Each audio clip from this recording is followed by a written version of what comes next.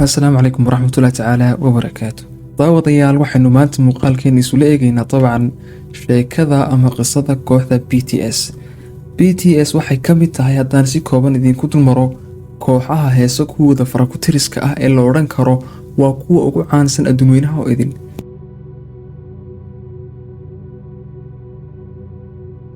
kooxdan BTS waxaa markii u horreysay la aasaasay sanadii 2010 waxayna ka kooban tahay 7 qof oo ka ugu weyni uu 29 sano jiro ka ugu yarina uu 24 sano jiro waqti xaadirkan. magaca BTS haddii aan idin kala dhigdhigo waa magac la soo gaabiyey waxayna ka keeneen magaca Bulletproof Boy Scouts sidoo kalena waxaa loo yaqaanaa Bangtan Boys. kooxdan marka laga soo tago maamulahooda iyo shirkadda ku haysa waxay ka fanaanin ahaan ka kooban yihiin 7 qof waxaana gacan weyn ka geysatay inay heerkan maanta ay joogaan soo gaadhaan shirkad arrimaha muusikada ka shaqeysa oo lagu magacaabo Big Hit Entertainment. shirkaddan Big Hit waxay ka mid tahay shirkadaha muusikada kuwooda ugu caansan ee ka howlgala dalkaasi Koonfur Korea. iyada ayaana kooxdan soo gacan qabatay ilaa heerkan waxaana ka mid ah waxyaabaha ay ka caawiso kooxdan inay miraha heesaha qaar ay u qorto. 7 fanaan ereyada badankooda iyaga ayaa qorta iyaga ayaa laxanka saarta waana group isku xiran oo far iyo faraantigeed isku ah waxayna bilowgii fanaanimada ku bilaabeen heesaha qaybta hip hopka ama haddaynu si kale u dhigno heesaha raabka sida heestan oo kale.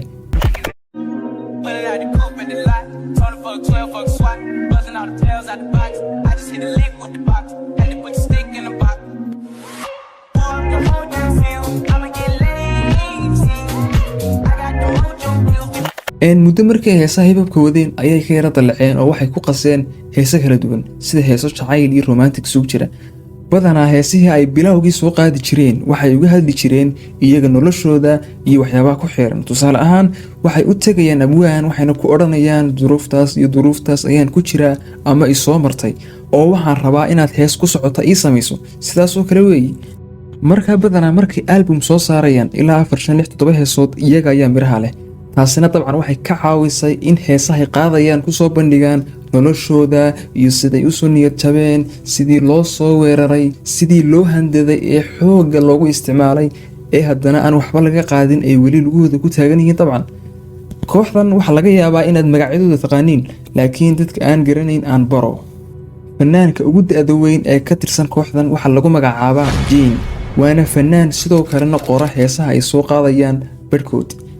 kan labaad ee ahaan ku xiga Jin isna waxaa lagu magacaabaa Sugar waana fanaan rapper ah. kan saddexaadna waxaa la dhahdaa J-Hope waana fanaan isna rapper ah. kan afaraad waxaa lagu magacaabaa Rap Monster waana fanaan rapper ah. kan shanaad isna waxaa la dhahdaa Jimmy waana fanaan. kan lixaadna isna waxaa la dhahdaa V Mr V waa fanaan sidoo kalena qora ah. fanaanka ugu da-da yar ee kooxdan ka tirsan isna waxaa la dhahdaa Jungkook waana fanaanka ugu da-da yar ee ka tirsan kooxdan BTS. si kale haddaan u dhigo 7 qof 2 ka mid ah waa fanaaniin sidoo kalena qora heesaha ay soo qaadayaan barkood 3 ka mid ahina waa rappers halka 2 soo hadhayna ay yihiin fanaaniin kaliya. kooxdan BTS horumar ballaaran oo magac iyo maalba leh ayay sameeyeen waxayna ka mid ahaayeen kooxihii ugu horreeyey ee fanaaniin ah ee weerar af iyo adinba leh lagu qaado. xitaa weeraradii lagu soo qaadayay dhalinyaradan waxay gaadheen heer hashtagyo loo sameeyo oo loogu hanjabo in la dili doono haddii ay ka bixi waayaan fankan ay ku jiraan iyo heesahan ay soo qaadayaan. dabcan dadkan caytamaya ee u soo hanjabaya kooxdan ma aysan ahayn dad iska caadiya waxaana kow ka ahaa oo sababay in kooxdan BTS la naco oo dadka lagu kiciyo kooxo kale oo iyaguna fanaaniin is urursaday ah oo kolley aan odhan karno way ka masarsanaayeen. 2010 markii kooxdan la aasaasay shirkaddii gacanta ku haysay waxa maamulo ka ahaa nin lagu magacaabo Bang Si-hyuk. ninkan ayaana markaa u toostoosan jiray kooxdan ereyada laxanka muusikada video clipka howlahooda oo dhan ninkan ayaa isugu hagaajin jiray. waxayna rabeen markaa maadaama 2010 la aasaasay in 2011 ay heeso soo saaraan haddana way u suurtagal weydo dib ay u yara dhaceen. sanadku markuu ahaa 2012 gaar ahaan bishii June ayayna ka BTS ahaan samaysteen xayeysiimo deetana waxay galeen sawirro qurxoon qoraallo ayay samaysteen kilibyo yaryar ayay iska duuduubeen iyagoo heesa qaadaya. yacni haddaan warka idiin soo koobo way isa suuq geeyeen oo caalamka ayay u soo bandhigeen waxay yihiin iyo ujeedkooda xayeysiimahaas ay samaysteen ayaana markaa muddo 6 bilooda waxa lagu soo celcelinayay social media sida YouTube-ka, Instagram-ka, Facebook-ka iyo SoundCloud-ka.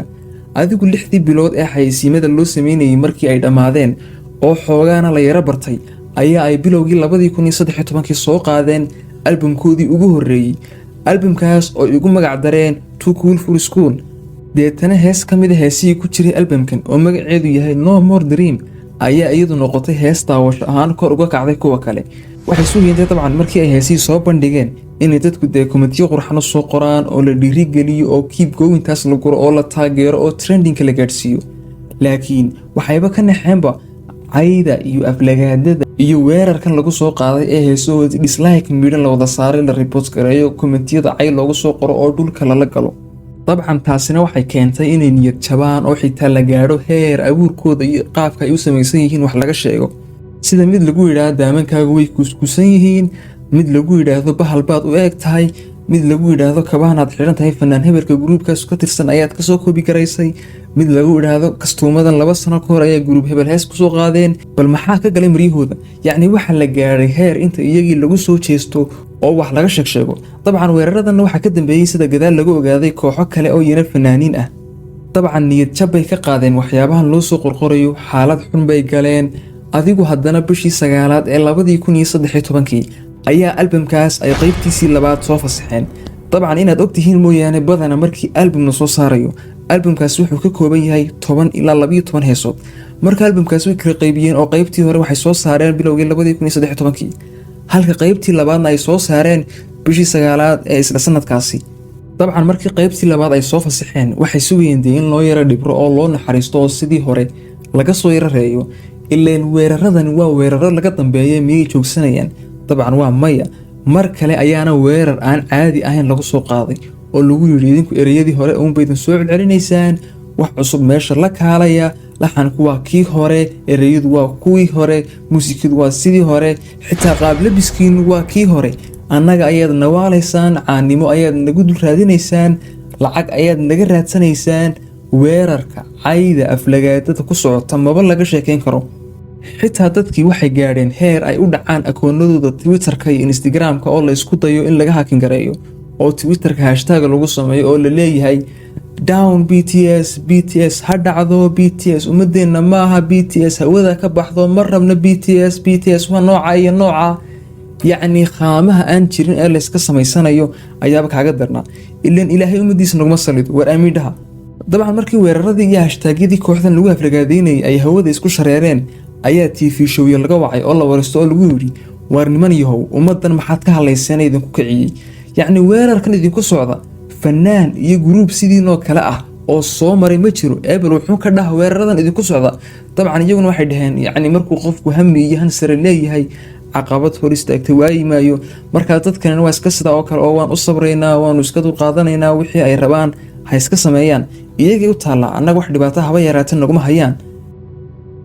muddo markay hawada ka maqnaayeen ayaa bishii labaad ee sanadkii 2014 waxay soo qaadeen hees ay ugu magac dareen Boy in Love. haddana weerarkii ayaa halkii uga sii bilaabmay. yacni mar waliba oo hees soo qaadaanba weerarku waa daba taagan yahay. laakiin weerarkii uga imaaday heestan wuxuu weeraradii hore uga duwanaa. markan waxaa weerar lagu soo qaaday dharkii ay heestaas ku soo qaadeen. sida qaar yidhi dharkan aad wadataan waxaad ka soo xadeen gruub hebel. markaa gruubkii ay shacabka farta ku fiiqeen ayaa soo hadlay oo yidhi yes gruubkaasi BTS isku sheegaya ee fanaaniin isku sheeguna ay isku urursadeen. wiilasha yare fanaaniinta isku sheegaya annagayna koobi gareeyeen, heeseenay koobi gareeyaan. haddana waa ujeedi shicibow dharkeenii ayay koobi gareynayaan. marka iyaga dhan koobi socdo weeye, wax cusub meesha kuma hayaan.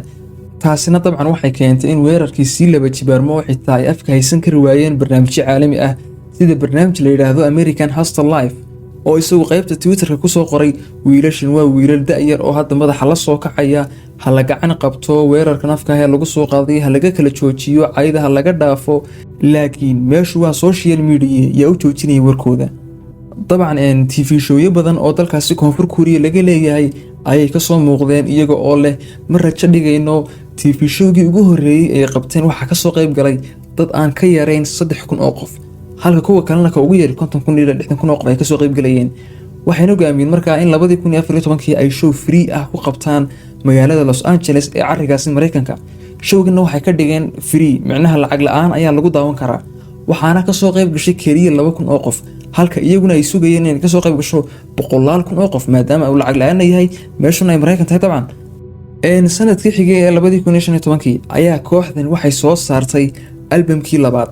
albamkaasi oo ay ku jirtay hees ay ugu magac dareen Dangerous, waana heestii ugu horeysay ee sida aadka ah ugu iibsatay kooxdan, waxaana heestan gatay oo iibsaday lacagna ka dhiibay dad aan ka yarayn waqtigaasi 200,000 oo qof.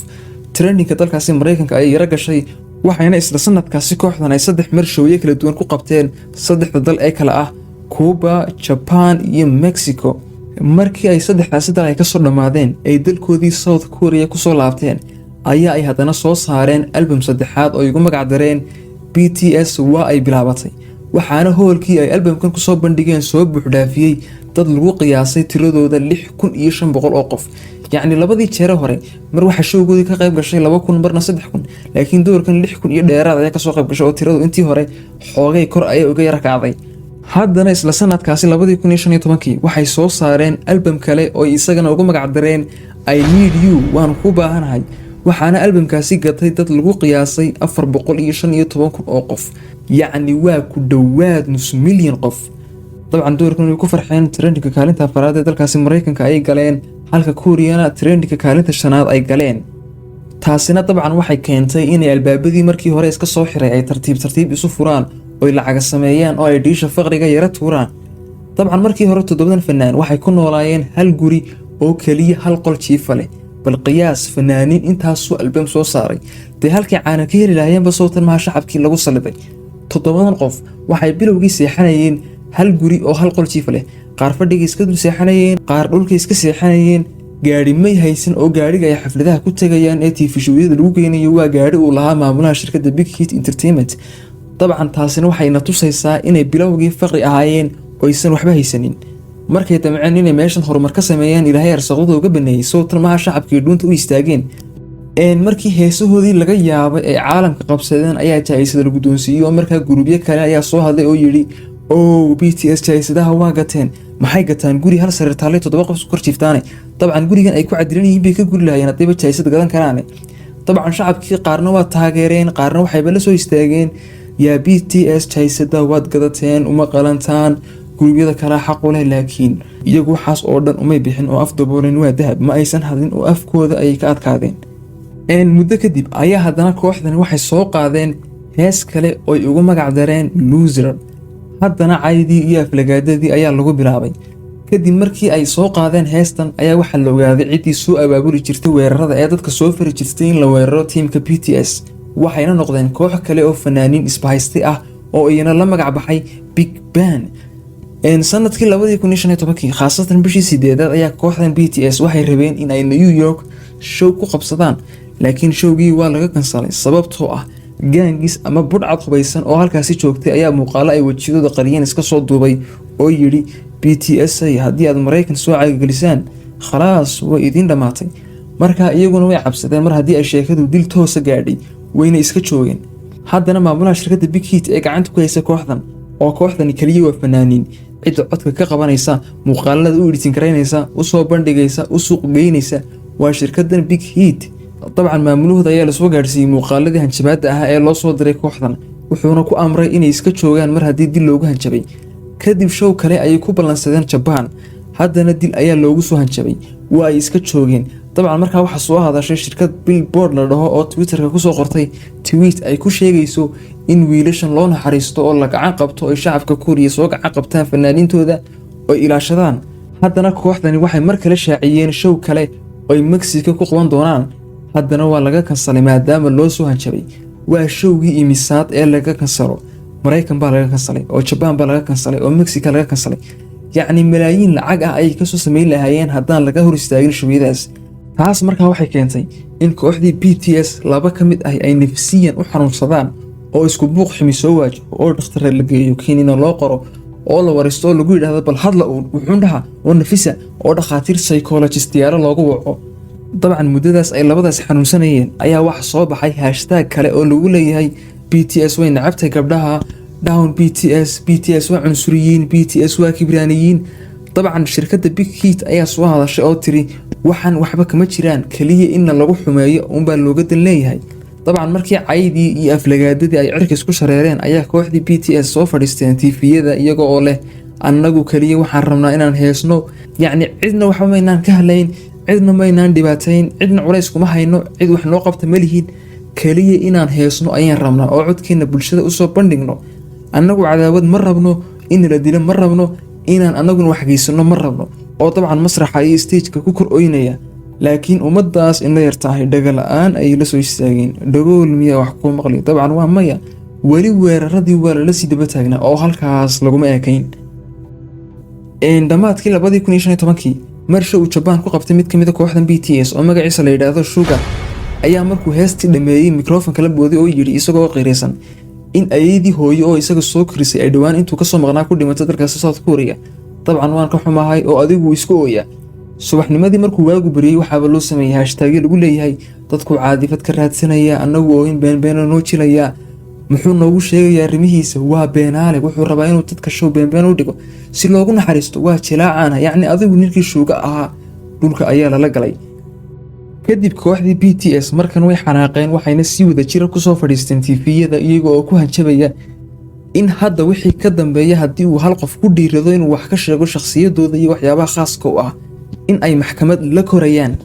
waxayna yidhaahdeen annaga heesaheena wax walba waad ka sheegi kartaan, laakiin annaga nafsad ahaantayada qofkii na soo weerara, noo soo hanjaba, na soo caaya, na soo aflagaadeeya waan maxkamadaynaynaa. dabcan doorka naf bay isku yeeleen oo taasi markaa waxay keentay in ay dadkii dib u yara istaagaan oo hashtagyadii Twitterka dhex wareegayay ay yara nastaan. sababtoo ah adduunku hadda waa horumaray. maanta haddaad qof social media aad ka caydid oo qofkaasi akoonkaaga booliska u geeyo, boolisku wuxuu ogaan karaa internetka aad isticmaalaysid. mar haddii internetka aad isticmaalaysid la helana waxa aad u sahlan in la helo GPS-ka taleefankaaga. haddii GPS-ka taleefankaaga la helana dee kulley xabsiguunbaad ku warheli, si kale male. way fahanteen ma filaya? okay. sanadkii 2017 ayaa markaa mid ka mid ah shaqaalaha shirkadda Big Hit sidoo kalena ah mid ka mid ah gacan-yareyaasha kooxdan BTS loogu soo hanjabay in la dili doono oo nafta la dhaafin doono. hanjabaadahan markaa kooxdan loo soo dirayo ma ahan hanjabaado qoraal ah, mana aha hanjabaado cod ah, ee sidaan hore ka soo dhawaajiyay waa muuqaallo oo inta koox hubaysanay wejiyada soo qarsadaan, sidaas ku soo hor fadhiisanay kaamiradaha, kadibna halkaas ka soo duryamaya. dabcan doorkan booliska dalkaasi Koonfur Korea ayaa loo sheegay waa la raadiyay, laakiin waa la waayay meesha ay ka soo hanjabayaan. taasi markaa waxay khasabtay in shirkadda Big Hit ay kooxdan BTS iyo gacan-yareyaashooda oo idil ay daba dhigto bodyguard ama ilaalo sugta amnigooda. guriga hadday joogaan la ilaaliyo, meel haddii ay aadayaanna dabcan la ilaaliyo. sababtoo ah markan tii la isku jeclaa ayaa xoogaa soo yara gasha oo waxay noqdeen lacagley sidoo kalena caan ah.